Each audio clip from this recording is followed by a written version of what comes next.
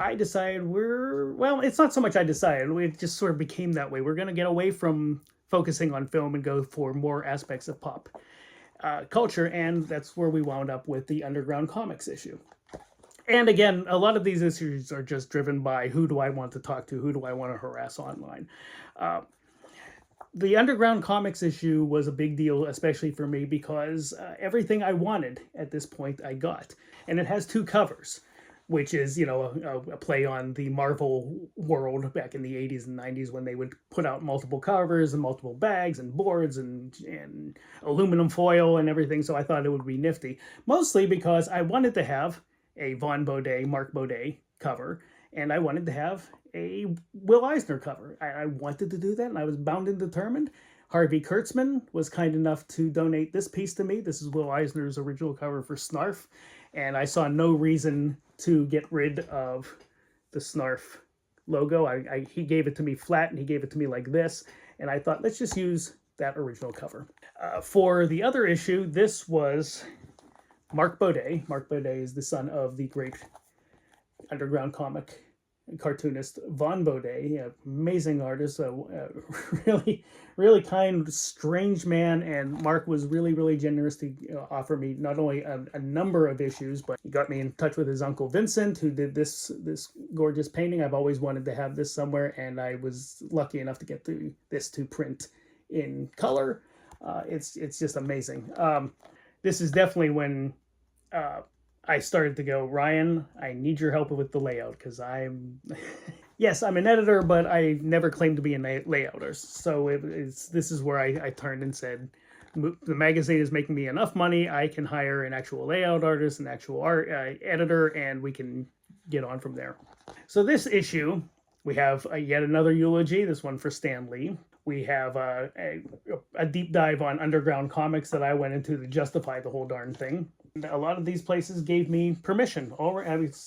Especially Dennis Kitchen. He just said anything I wanted to use, I was welcome to it, and I really appreciate that. Thank you very much. This has, if not the last, then one of the last interviews with cartoonist Howard Cruz. Howard was really sweet, man. He was a pioneer in gay comics. I had a great time talking to him. We talked for 2 or 3 hours about his entire career. And he passed not too long after this issue was published, which is happening all too frequently for me as I joined the Gen X train to oblivion. I reprinted an old interview I'd done for Femme Fatale with Trina Robbins with some updated information, and oddly enough, the first woman to draw Wonder Woman by like the 90s or something. It's in here. Between 2000 and 2001, she worked on the comics Go Girl. Yeah, I'm just picking these things up as we go along. See, it's such a wealth of information, I have to go back to it. A great interview. I had a good time with Steve Bissett, where we talked about his independent publishing and trying to, pick his brain for some tips. You're going to see there's a lot of text in here, but there's a lot of exclusive art as well. People have been very, very generous with donation of art and photographs.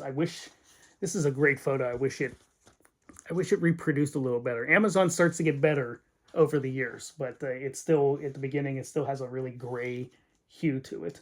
For me, here's an intro for Juan Baudet, but I also got the opportunity, and I was given the permission to reprint his last interview that was done for. I want to say, here it is, for Jim Steranko's Media Scene. As a matter of fact, I have that issue somewhere. And I had to scan that issue in order to get the text out. It only existed in a typewritten form, then nobody had that. So it was up to me to recreate it, and I was happy to do so. It's an amazing manifesto of what it is like to be not only an artist, but an evolving spirit. It's a really deep piece, and I'm happy to have it in here. One of my personal favorite people, Will Eisner, who basically created the graphic novel with the spirit. And then we have Mike Diana. And we're going to get real here. Mike Diana was one of the first people to ever lose his right to draw because of a comic that he was doing called Boiled Angel. He was convicted of obscenity, and he was forbidden to draw in Florida. And our good friend, I have a lot of good friends. Shut up.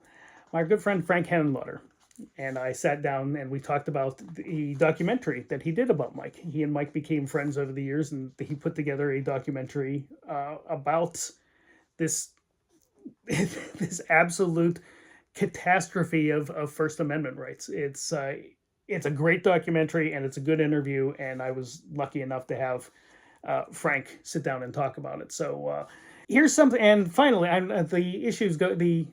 I realize that the episode's going long, but Greg Ketter, who has been my neighbor at Cinema Wasteland for almost 20 years now, was one of the chief founders of the Comic Book Legal Defense Fund.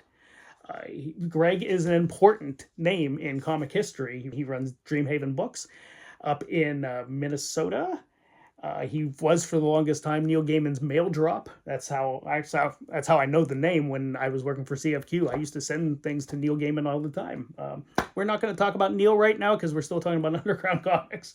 But it was nice to have an interview with Greg, and he talks about some amazing comics history. One of the few film related things in here is Terry does a deep dive into Robert Altman's Popeye, and I was happy enough to be able to license some of Pabst Genesis strips of The Adventures of Queen Victoria, and I believe it's archived online. It's a very, very funny fumetti strip. Oddly enough, the two issues they sell equally, so I'm not going to horse race it. You can pick them up online at exploitation-nation.com. I will be back with issue 7.